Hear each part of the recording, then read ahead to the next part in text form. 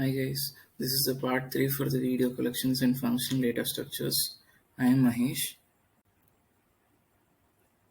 This is an example for list comprehension, which is a continuation of previous part. Lambda functions.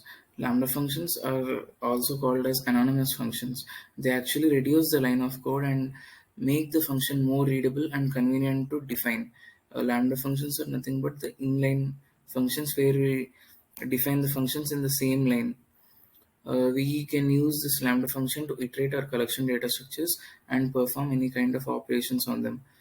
And lambda functions are lightweight functions because they are defined in the same line itself, and they hence make the code more understandable. Like code will be more readable to the user.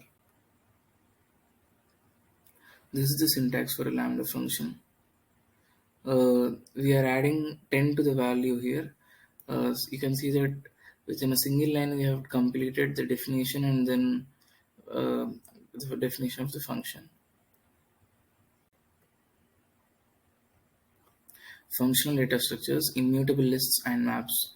Uh, Common approach is applied across all the collection classes in Scala. We will first use uh, scalar.collection.immutable class. List class as a detailed case study to look at the facilities it provides and the operations that can be performed on it. A list is nothing but an immutable fixed sequence of elements that provides for constant time access to the first element and to the remaining elements. Many other operations take linear time, but lists are widely used as collections as they provide all the core sequence like behaviors. The first one, list 0, my list 0, creates a list containing strings initialized to 1, 2, and 3. This is saved to my list 0, which is specified to be of type list of string. We're typecasting it into string and storing it into my list 1. And the third that indicates that Scala can determine the type of contents of the list so that it is not necessary to explicitly state that list will contain strings. Scala has an inbuilt property that can already identify that ON is going to be a string. You cannot explicitly mention it's a string. Scala's immutable list and perform common operations such as initializations, appending or prepending elements, and accessing elements within the list.